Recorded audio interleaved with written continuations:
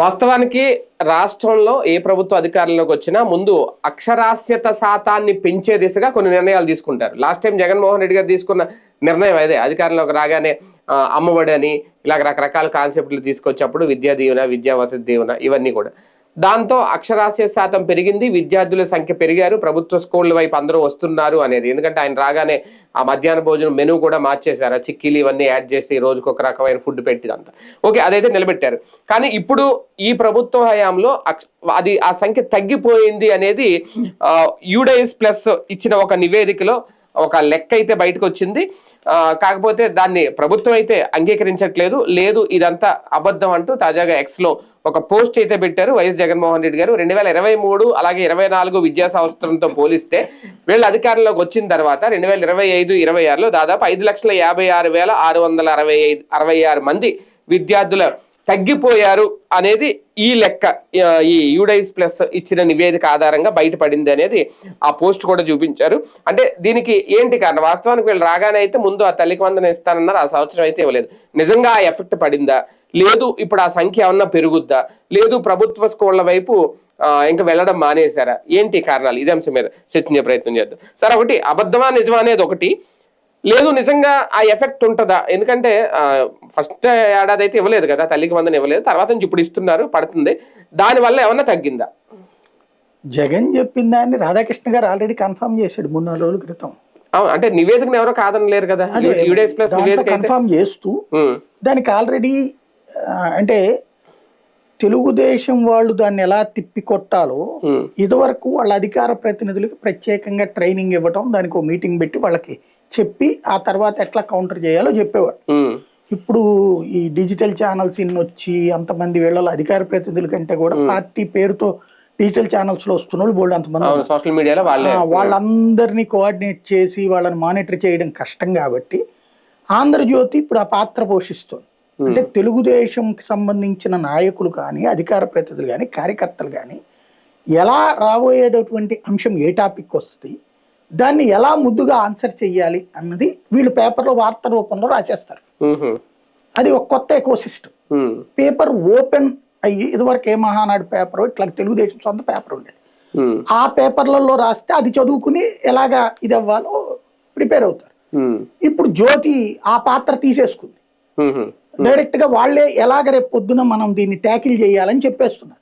రాధాకృష్ణ గారు మొన్ననే చెప్పేశారు, నేను ఆ రోజునే చెప్పా వీడియో ఎలా చెప్పాలో చెప్పేశారు, ఇక మనం ప్రాబ్లం లేదని. ఎందుకంటే దాంట్లో ఆయన చెప్పిన పాయింట్ ఏంటంటే జననాల సంఖ్య పెరుగుతుండడం వలన జాయినింగ్ సంఖ్య తగ్గింది. జననాల సంఖ్య ఎప్పుడు పెరుగుతుంది? జననాల సంఖ్య పడిపోవడం వల్ల జననాల సంఖ్య పడిపోవడం వలన తగ్గింది అన్నది బానే ఉంది. ఇది ఇంతకీ జగన్ దిగిపోయిన తర్వాత జననాల సంఖ్య తగ్గిందా? ఈ దశాబ్దంలోనే తగ్గిందా? అప్పుడు మరి జగన్ టైంలో కూడా తగ్గిందని రాశారు కదా వీళ్ళు గవర్నమెంట్ స్కూళ్ళలో. కానీ గవర్నమెంట్ స్కూళ్ళలో తగ్గిన పిల్లలు ప్రైవేట్ స్కూల్స్ లో పెరిగారు. ఎందుకని? ప్రైవేట్ స్కూల్లో చదివితే కూడా ఫీజు అది అమ్మఒడి ఇవ్వడం వల్ల, అమ్మఒడి ప్రైవేట్ స్కూల్లో చదివితే కూడా అమ్మఒడి ఇవ్వడం వల్ల. ఇప్పుడు ఫర్ ఎగ్జాంపుల్ ఒక పేరెంట్ ప్లేస్ లో నేను ఉన్నానండి. మనమంటే గవర్నమెంట్ స్కూళ్ళలో చదివాం, ప్రైవేట్ స్కూళ్ళలో చదివించగల స్తోమత మన తల్లిదండ్రులకు లేదు, లేదా అప్పుడు స్కూళ్ళు కూడా లేవు. అప్పుడు ట్యూటోరియల్ స్కూల్స్ ఉండే, అంటే ట్యూషనే పొద్దున సాయంత్రం దాకా చెప్పే ట్యూషన్స్. కొన్ని గవర్నమెంట్ స్కూల్లో సీట్లు దొరకని వాళ్ళకి అక్కడ చెప్పేవాళ్ళు. అలాగే స్కూల్లో చదివిన తర్వాత సాయంత్రం పాఠాలు చదివించడానికి స్కూల్లో మనం చదివిన పాఠాలని చదివించడం కోసం ట్యూషన్లు ఉండే. అప్పుడు ఒకవేళ పరీక్ష రాయాలంటే ఈ ట్యూటోరియల్ స్కూల్లో ఉన్నటువంటి వాళ్ళు గవర్నమెంట్ స్కూల్ ప్రైవేట్ స్టూడెంట్స్ గా పరీక్ష రాసేవాళ్ళు. ఎందుకంటే నేను రాశాను, గవర్నమెంట్ ఊరు మారినప్పుడు నేను ఇది గుడివాడలో దాకా 7th చదివి 7th ఎగ్జామ్స్ కి ముందు నేను ఇక్కడికే వెళ్ళిపోయాను, గుంటూరు. అప్పుడు నేను గుంటూరులో ఉన్నటువంటి ఒక ట్యూటోరియల్ స్కూల్ తరపున 7th క్లాస్ పరీక్ష రాయించారు వాళ్ళు. అప్పుడు 7th ప్రైవేట్ క్యాండిడేట్ అని ఉంటుంది, దాని మీద గవర్నమెంట్ స్కూల్ తరపునే రాయిస్తారు, ప్రైవేట్ స్కూల్ ప్రైవేట్ క్యాండిడేట్ అని రాస్తారు. ఇది సిస్టమ్ నేను ప్రాక్టికల్ గా చూసి అట్లాగా ఉంటాయి. అయితే ఇప్పుడు అట్లా కాదు కదా, ప్రైవేట్ స్కూల్ కే డైరెక్ట్ గా పరీక్ష రాయించారు కదా, ప్రైవేట్ కాలేజీ. కూడా 7th 10th public exams private స్కూల్లో గవర్నమెంట్ స్కూల్కి వచ్చి రాసి అది ఎందుకంటే అప్పుడు స్కూళ్ళల్లో లేదు అది. లేదు ఇప్పుడు ఇచ్చేశారు. అవును. కాబట్టి ఇప్పుడు నడుస్తున్నప్పుడు మన ఇవాళ గవర్నమెంట్ స్కూల్స్ లో నాకు ఒక 10,000 రూపాయలు ఫీజు కట్టడం కష్టం కాబట్టి నా బిడ్డను తీసుకెళ్లి ప్రైవేట్ స్కూల్లో ఇదే గవర్నమెంట్ స్కూల్లో వేసా. ప్రైవేట్ స్కూల్ కట్టలేకపోతున్నాను కాబట్టి ఇప్పుడు ఈ అమ్మఒడి డబ్బులు వచ్చినప్పుడు ఏం చేశారంటే నేను అబ్జర్వ్ చేసింది ప్రాక్టికల్ గా గ్రౌండ్ లో మగ పిల్లల్ని ప్రైవేట్ స్కూళ్ళలో వేశారు, ఆడపిల్లల్ని గవర్నమెంట్ స్కూళ్ళలో ఉంచారు. అప్పుడు ఆడపిల్లల సంఖ్య గవర్నమెంట్ స్కూళ్ళలో పెరిగింది. ఎందుకు మనకి ఈ దాన్ని ఏమంటారు పురుషాధిక్య సమాజం కదా, మగపిల్లాడైతే రేపు పొద్దున మనల్ని పోషించాలా, వాడు బాగా చదవాలి అనేసే ఉద్దేశంతో ప్రైవేట్ స్కూళ్ళకి అబ్బాయిలు వేసి ఆడపిల్లల్ని గవర్నమెంట్ స్కూల్లో చేర్పించిన తల్లిదండ్రులు పేదల్లో అనేక మంది. మధ్య తరగతికి కూడా ఈ బెనిఫిట్ వచ్చింది. వాళ్ళు మాత్రం ఆడపిల్లల్ని స్కూల్కి పంపించారు. అంటే అంతకుముందు ఆడపిల్లని స్కూల్ని గవర్నమెంట్ స్కూల్కి పంపించిన మధ్య తరగతి వాళ్ళు ప్రైవేట్ స్కూళ్ళకి పంపించారు. తద్వారా ప్రైవేట్ స్కూల్ అడ్మిషన్స్ పెరిగినాయి, గవర్నమెంట్ స్కూల్లో కొంత తగ్గిన మాట వాస్తవం. నేను ఈ స్కీము అనౌన్స్ చేసిన రోజునే జగన్ అప్పుడు పాదయాత్రలు అనౌన్స్ చేశారు చూడండి, అప్పుడే నేను వీడియో చేశా. నువ్వు ప్రైవేట్ స్కూళ్ళని ఎట్లా ఎంకరేజ్ చేస్తావు? ఒకప్పుడు ప్రైవేట్ కాలేజీలని చంద్రబాబు నాయుడు ఎంకరేజ్ చేశాడు పుట్టించడానికి, తర్వాత మీ నాన్న వచ్చినేమో ఫీజు రియంబర్స్మెంట్ పెట్టి అదే ప్రైవేట్ కాలేజీలని కార్పొరేట్ కాలేజీలని పెంచి పోషించాడు. గవర్నమెంట్ కాలేజీలు నాశనం అయిపోయినాయి, సంకనాకపోతున్నాయి. నువ్వైనా సరే ప్రైవేటు విద్యా వ్యవస్థ కంట్రోల్ అవ్వాలంటే గవర్నమెంట్ స్కూళ్ళలో చదివే వాళ్ళకే డబ్బులు ఇస్తారంటే అప్పుడు ప్రైవేట్ స్కూల్లోకి బలవంతంగా చదివించి రాత్రి పగలు కష్టపడి రిక్షావాడు కూడా తన బిడ్డని ప్రైవేట్ స్కూల్ అంటున్నాడు. నువ్వు స్కూల్ డెవలప్ చేసి ఇక్కడికి తీసుకురావాలి, కానీ డబ్బులు అక్కడ వాళ్ళకి కూడా ఇస్తానంటే ఎట్లా అన్నది నేను అప్పుడు వీడియో పోస్ట్ చేసిన తర్వాత ఇమ్మీడియట్గా వైఎస్ఆర్ కాంగ్రెస్ పార్టీ నుంచి అధికారిక ప్రకటన వచ్చింది ఓన్లీ ప్రభుత్వ పాఠశాలలకే అని. ఈవెన్ నా డిబేట్లో వచ్చిన వైసీపీ గెస్టులు కూడా ఓన్లీ గవర్నమెంట్ స్కూళ్ళకే అని చెప్పారు. కానీ తర్వాత జగన్తో ఎవరు చర్చించారో తెలియదు. జగన్ మళ్ళీ ఒక 2 రోజుల తర్వాత అదే పాదయాత్రలు లేదు అందరికి ఇస్తామని ప్రకటించాడు. ఇది నాకు బాగా గుర్తు, ఎందుకంటే అది బాగా డిబేట్ నడిచినటువంటి సందర్భం కాబట్టి నేనే రైట్ చేయడం తర్వాత జరిగింది. అంటే గవర్నమెంట్ ప్రైవేట్ స్కూళ్ళకి ఇవ్వడం వల్ల ఇవాళ అతను చెప్తున్న దాంట్లో కూడా అసలు లాజికల్ డిబేట్ జరిగింది ఏంటంటే 6.5 లక్షల మంది స్టూడెంట్స్ గవర్నమెంట్ స్కూళ్ళలో తగ్గారు. ఇది ఆల్రెడీ జ్యోతి కూడా ఒప్పుకుంది. దానికి వాళ్ళు చెప్పిన కారణం అది. కానీ ఇప్పుడు ఇతను చెప్తున్నది ప్రైవేట్ స్కూళ్ళలో 2 లక్షలు పెరిగారు అని చెప్తున్నాడు. ఇక్కడ ఇంకా మిస్ అయింది 4 లక్షలు. ఇది నెంబర్ 1 పాయింట్. రెండవది ఏంటంటే ఇవాళ ఇదివరకటి రోజుల్లో నేను నా ఇంటర్మీడియట్ అప్పటి నుంచినే మా ఇంటి దగ్గర ట్యూషన్ చెప్పేవాడిని. డిగ్రీ వచ్చేటప్పటికి ఒక ట్యూటోరియల్స్ నడిపాం ఫ్రెండ్స్ అందరికి.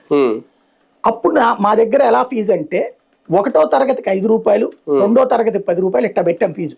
10వ తరగతికి 50 రూపాయలు. పేదవాళ్ళ పిల్లలు దాదాపుగా మొదట్లో 30 నుంచి ఇయర్ ఎండింగ్కి వచ్చేటప్పటికి 100 మంది స్టూడెంట్స్, 100-120 మంది. ప్లేస్ చాలక పక్కనోళ్ళ వసారాలు పాకలో పెట్టాం మేము. పక్కనోళ్ళ వసారాలో కూడా క్లాసులు నడిపాము. 4 ఫ్రెండ్స్వి. ఒకళ్ళు సైన్స్ బిఎస్సి చదువుతున్న వాళ్ళు ఏమో మ్యాథ్స్ చదువుతున్నవాడు మ్యాథ్స్ చెప్పేవాడు, సైన్స్ చదువుతున్నవాడు సైన్స్ చెప్పేవాడు, అట్లాగే ఇంగ్లీషు, తర్వాత తెలుగు, సోషల్, ఇట్లాగా. సోషల్ నేను చెప్పేవాడినప్పుడు తెలుగు కానీ సోషల్ కానీ ఇట్లాగా, హిందీ వచ్చిన వాళ్ళు హిందీ ఇట్లాగా. అట్లా 4 ఫ్రెండ్స్ నడిపాం. ఒక ముస్లిం ఫ్రెండ్ ఉండేవాడు, అతను ఇన్వెస్ట్ చేస్తే నడిపామన్నమాట. అప్పుడు నేను అబ్జర్వ్ చేసింది, ఎందుకంటే మొత్తం ట్యూటోరియల్ నడిపిన వాడిని నేనే, వీళ్ళందరూ చెప్తుంటే పాట.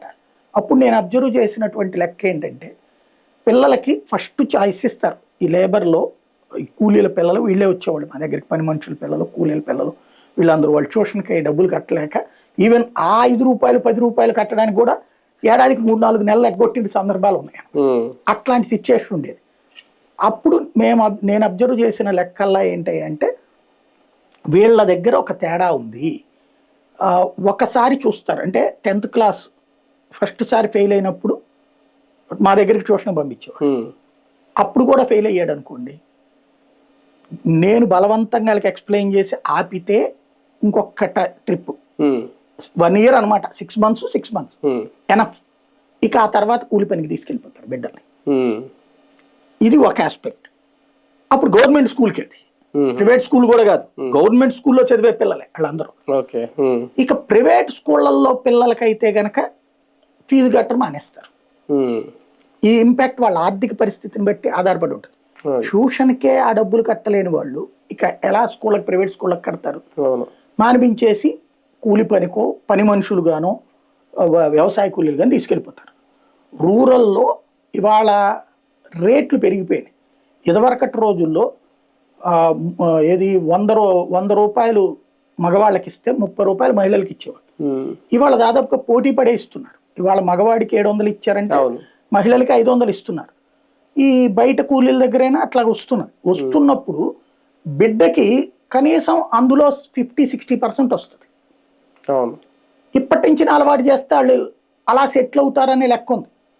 ఇంకోటి మధ్య తరగతిలో 50,000 సంపాదించేవాడికి పెళ్లి జరగదు, కానీ లేబర్లో మాత్రం ఇట్లా పని చేయగలుగుతాడు అన్నోడికి పెళ్లి జరుగుతుంది. డబ్బులు కష్టపడే మనస్తత్వం. కాబట్టి అక్కడ వాళ్ళకి చదువు అనేటటువంటిది ఇది ఇలా మన భవిష్యత్తులు బాగుపడతాయి అనేటటువంటి కాన్సెప్ట్ మీద సీరియస్ ఎఫర్ట్ ఉండదు. రేపేంటి నా బిడ్డ అన్న ఆలోచన చూస్తారు. ఇది చేతిలో డబ్బులు వస్తున్నాయి, గవర్నమెంట్ స్కూల్లో ఫుడ్ ఎడుతున్నారు, ఇది అన్నప్పుడు కంటిన్యూటీ జరిగిపోయింది. దాంతో పాటు నెలకో 2 నెలలకో ఏదో పథకం పేరుతో డబ్బులు వస్తున్నాయిలే అన్నప్పుడు కంఫర్టబుల్ గా కూర్చున్నారు. ఇది వీళ్ళ దృష్టిలో సోమరిపోతుతనం లేదా ఇంకొకటి అనొచ్చు, కానీ ఒక సెక్యూరిటీ. ఇప్పుడు ఫర్ ఎగ్జాంపుల్ ఇవాళ మన ఇంట్లో వాళ్ళు సెక్యూర్డ్, కానీ మనం ఉద్యోగం చేసినప్పుడు సెక్యూర్డా? ఆ కంపెనీలో ఉద్యోగం ఏమన్నా అవుతుంది అనే భయం 24 గంటలు ఉంటుంది కదా. ఇవాళైనా మన ఇంట్లో ఒక భయం ఉంటది కదా, మనం ఇవాళ సంపాదించబోతే రేపు ఏంటి అనేటటువంటిది. ఈ భయం మధ్య తరగతికి ఉంటుంది. లేబర్ దగ్గరకు వచ్చేటోడికి రేపు అనేటటువంటిది ఒంట్లో శ్రమ మీద ఆధారపడి ఉంటుంది. వాళ్ళకి రేపు ఇన్కమ్ రాదన్నప్పుడు ఇవాళ ఖర్చు ఆపేస్తారు. మధ్య తరగతోడు అప్పు చేసి తెస్తాడు, వీళ్ళు అప్పులు చేస్తారు. అత్యవసర అప్పే కదా, అది కూడా వాళ్ళ ఆహారానికి కోసం, అంతే, పూట గడవడానికి, అంతేగాని నగల కోసం, పిల్లల చదువుల కోసం అప్పు చేయరు. పిల్లల చదువుల కోసం పేదలు అప్పు చెయ్యరు, ఇది గుర్తుపెట్టుకోవాలి. ఆ ఆస్పెక్ట్ లో తగ్గుతున్నట్టున్నారు. ఇక్కడ ప్రాక్టికల్ గా ఇదివరకు ఇట్లాంటి వాటిలో స్వచ్ఛంద సంస్థల రంగంలోకి దిగి క్రాస్ చెక్ చేసి ఎందుకు పిల్లలు స్కూల్ మానేస్తున్నారు అన్నది. ఇప్పుడు ఆ వ్యవస్థల్ని ప్రభుత్వాలు వినియోగించట్లేదు. ఎందుకంటే అదేదైనా రిపోర్ట్ వస్తే మనకి వ్యతిరేకంగా మాట్లాడితే IVRS సర్వే కూడా చేస్తారు, దాంట్లో ఎస్సా నో అని నొక్కాలి. ఎవరు నొక్కుతారు? నేను ఇప్పుడు ఇదివరకు నేను రాసే ప్రతి వార్త కూడా ఈ స్వచ్ఛంద సంస్థలు ఈ లింక్స్ నాకు బాగా ఎక్కువ ఉండేది. వాళ్ళు గ్రౌండ్ లో చేసే విషయాలు నాకు చెప్పేవాడు. నేను వాటినే ఉటంకిస్తానే చాలా చేశాను. డిబేట్స్ కానీ లేదా వార్తలు రాసేటప్పుడు పేపర్లో కానీ టీవీలో కానీ వాళ్ళని ఉటంకిస్తే వాళ్ళతోనే బైట్స్ కూడా తీసుకుని వేసేవాడు. అందువల్ల నాలాంటోడికి అప్పుడు ప్రాక్టికల్ గా చెప్పగలిగేవాడు. ఇప్పుడు మనకంత అసలు మనుషులే దొరకట్లేదు అట్లా స్వచ్ఛంద సంస్థలు నిజాయితీగా ఎంక్వైరీ చేసి చెక్ చేసి చెప్పడం. ఉంటారు ఇప్పటికి కూడా, బేబీ మనకి లింక్స్ లేవు. ఇప్పుడైతే ఫీల్డ్ లో ఉన్నప్పుడు అయితే లింకులు తిరుగుతుంటాం కాబట్టి మనకు వాళ్ళు టచ్ అవుతుంటారు, లేదా వాళ్ళు ప్రెస్ మీట్ లో పెట్టినప్పుడు ఐడియా ఉంటారు. ఇప్పుడు అట్లా లేకపోవడం వల్ల తెలియట్లేదు. నిజంగా అయితే ఇప్పుడు స్వచ్ఛంద సంస్థల ఫీడ్బ్యాక్ కావాలి. పిల్లల సంఖ్య తగ్గడం వల్ల అడ్మిషన్స్ తగ్గిందా, లేదా పిల్లలు డ్రాప్ అవుట్ అవుతున్నారు ఆ స్కూళ్లలో?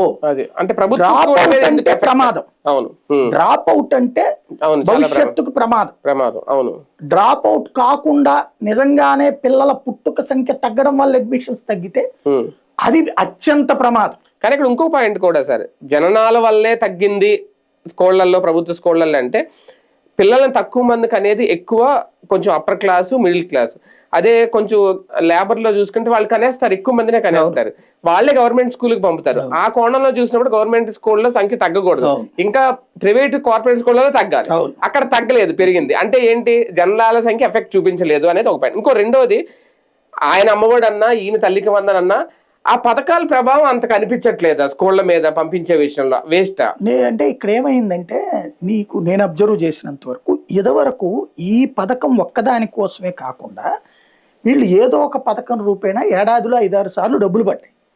కాబట్టి ఒకసారి స్కూల్లో చేర్పించిన తర్వాత ఈ స్కూల్ ఎడ్యుకేషన్ లో ఏదో ఒక అవసరం వస్తానే ఉంటది, వాళ్ళు ఏదో ఒక ఫీజులు పెడతానే ఉంటారు ప్రైవేట్ ఇన్స్టిట్యూట్. దాన్ని భరించడానికి వీళ్ళు సిద్ధపడ్డారు తల్లిదండ్రులు, ఆప్షన్ ఉంది కాబట్టి. ఇప్పుడు ఈవెన్ అప్పుడు వ్యాపారులు కూడా పండగ చేసుకునేవాడు. గవర్నమెంట్ నుంచి పథకం డబ్బులు పడ్డాక 10 రోజుల పాటు వాళ్ళకి పని దొరికాయి. అంటే వాళ్ళకి ఒకటి కొనుగోళ్లు జరిగినాయి, ఎలక్ట్రిక్, గోల్డ్, ఇవన్నీ. ఇప్పుడు నేను మొన్న అడిగా, ఈ తల్లికి 100 డబ్బులు పడ్డాయి కదా ఏంటంటే ఇప్పుడు ఎవరు బయటికి దిగట్లేదండి అంటున్నారు. అంటే ఇది రేరెస్ట్ ఆఫ్ రేర్ ఇన్కమ్ కింద ఫీల్ అవుతున్నారు. ఎందుకంటే ఒకటే ఒకసారి వస్తుంది తర్వాత 4-5 సోర్సులు ఉండేవి. దీంతో ఎంత జాగ్రత్తగా ఉండాలని అనుకుంటున్నారు వాళ్ళు. అది అంటే అక్కడ సెక్యూర్డ్ గా ఫీల్ అవ్వట్లేదు. అంటే ఒక్కదానికి అలవాటు పడే అలా అవుతలేదు అంటారా? అప్పుడు 4-5 రకాల ఇన్కమ్ అలవాటు పడిపోయి దాని వల్ల ఇప్పుడు ఒక్కటే ఇన్కమ్ ఈ ఉన్నది కూడా మనం గబక్కన కనుక ఖర్చు పెట్టేసామంటే వృధా. అందుకోసం ఇప్పుడు వీళ్ళని స్కూల్లో పెట్టి ఈ ఫీజు డబ్బులు వాళ్ళకి వేసేస్తే తర్వాత ఇబ్బంది పడతామేమో. కాబట్టి ఎట్లాగో స్కూల్కి ఖర్చు అవుతుంది కాబట్టి ఉంచుదాం దీన్ని. ప్లస్ వీళ్ళకి పడుతోంది. ఈవెన్ ఇదైనా కూడా ఫర్ ఎగ్జాంపుల్ జ్యోతే రాసింది మన జ్యోతో ఈనాడు ఇంజనీరింగ్ కాలేజీలో కూడా చేర్చుకోవట్లేదు, కౌన్సిలింగ్ అయ్యాక కూడా చేర్చుకోవట్లేదు, కనీసం 30% 40% డబ్బులు కట్టమంటున్నారు. ఫీజు రీఎంబర్స్మెంట్ ఎఫెక్ట్ కూడా అదే అనేది ఫీజు రీఎంబర్స్మెంట్ ఇంపాక్ట్ తో అక్కడ వద్దంటున్నారు అన్నటువంటిది ఈనాడు జ్యోతి రాసిని. మినిమం అమౌంట్ అన్న కట్టండి, మాకు 40% కడితేనే మేము మిమ్మల్ని చేర్చుకుంటాం. బట్ ఇట్ సెల్ఫ్ షోస్ కదా. అంటే ప్రభుత్వం మీద విద్యా సంస్థలు నమ్మకం కోల్పోయినాయి. జగన్ మీద చివర్లో నమ్మకం కోల్పోయారు. జగన్ మీద నమ్మకం కోల్పోవడం కంటే కూడా జగన్ విధానం మీద కోపగించుకున్నారు ఆ రోజున విద్యా సంస్థలు. అందుకు జగన్ ని దూషించారు, జగన్ దిగిపోవాలని కోరుకున్నారు. ఏంటంటే జగన్ ఒక రెస్పాన్సిబుల్ సిస్టమ్ తెస్తే తల్లులు నాశనం చేశారు. ఎట్లా అంటే డబ్బులు వేసేవాడు ఫీజు రియంబర్స్మెంట్ డబ్బులు తల్లుల ఖాతాల్లో వేసి తల్లులు తీసుకెళ్లి కాలేజీలో పే చేసి ఆ పిల్లల యొక్క చదువు ఎట్లా ఉందో ఎంక్వైరీ చేయడానికి అని పెట్టాడు. ఈ తల్లులు ఈ వాడేసుకున్నారు. చాలా మంది ఈ వాడేసుకుని తాగోకు దిగేవాడు. పేద కుటుంబాల వాళ్ళు అయితే కొన్ని స్కూల్లో కొన్ని కాలేజీలో చెప్పేవాడు మాకేశారు, మీది మీకు వేస్తారు, మాకేం సంబంధం అనేవాళ్ళు. వసతి దీవెన డబ్బుల్లో నుంచి కొంత తీసుకుని అట్లా చేసుకుని నానా తిప్పలు పడ్డారు. జగన్ అట్లాగంటే జగన్ టైంకి డబ్బులు వేసాడు, లేదా ఒక నెల అటు డబ్బులు వేసాడు, కానీ మాకు డైరెక్ట్ గా లేదని వాళ్ళ కోపం వచ్చింది. ఇప్పుడు అసలే పోయా కొండనాలికకి మందు వేస్తే ఉన్ననాలిక ఊడిందని జగన్ పోతే వీళ్ళు టైంకి ఇస్తారంటే అసలుకే తీసి పడేశారు 2.5 ఏళ్ళు. ఇప్పటికి కూడా ఇస్తామని మొన్న కౌన్సిలింగ్ లో రాసిస్తే కాలేజీ వాడు నా దగ్గర చేరద్దు అంటున్నాడు. అంటే ఎడ్యుకేషన్ ఇన్స్టిట్యూషన్స్, అది స్కూల్స్ అయినా కాలేజెస్ అయినా ఈ గవర్నమెంట్ మీద నమ్మకం కోల్పోయారు. దాని ఇంపాక్ట్ ఇందులో ఉంటుంది. వన్ ఆఫ్ ద పార్ట్ గా ఖచ్చితంగా ఇది చెక్ చేసుకోవాల్సి ఉంది. అంటే ప్రభుత్వం కూడా ఇప్పుడు దీని మీద సెపరేట్ గా చేయాలి. స్వచ్ఛంద సంస్థల వాళ్ళని అడిగితే ఈ పిల్లల ఎడ్యుకేషన్ గ్రామీణ ప్రాంత పేదరికం మీదన చెక్ చేసేటటువంటి స్వచ్ఛంద సంస్థలు బయటకు వచ్చి నిజం చెప్పాల్సిన అవసరం ఉంది. అది కదా. చూద్దాం, మొత్తానికి అక్షరాస్యత శాతం తగ్గుతోందా, లేదంటే ప్రభుత్వ స్కూళ్ళకి వెళ్ళే విద్యార్థుల సంఖ్య మాత్రమే తగ్గుతుందా, అది జననాలకి లింక్ ఉందా లేదా అనేది కూడా తేలాల్సిన అంశం. కాకపోతే ఇక్కడ యుడేస్ ప్లస్ ఇచ్చిన నివేదిక అయితే మాత్రం ఈ 3 ఏళ్లలో దాదాపు 6 లక్షల మంది విద్యార్థులు అయితే వెళ్ళట్లేదు, తగ్గిపోయింది సంఖ్య. దానికి కారణాలు ఏంటనేది ఖచ్చితంగా ప్రభుత్వం రెక్టిఫై చేయాలి, లేదంటే భవిష్యత్తులో ఒక పెద్ద ప్రమాదం ఇది.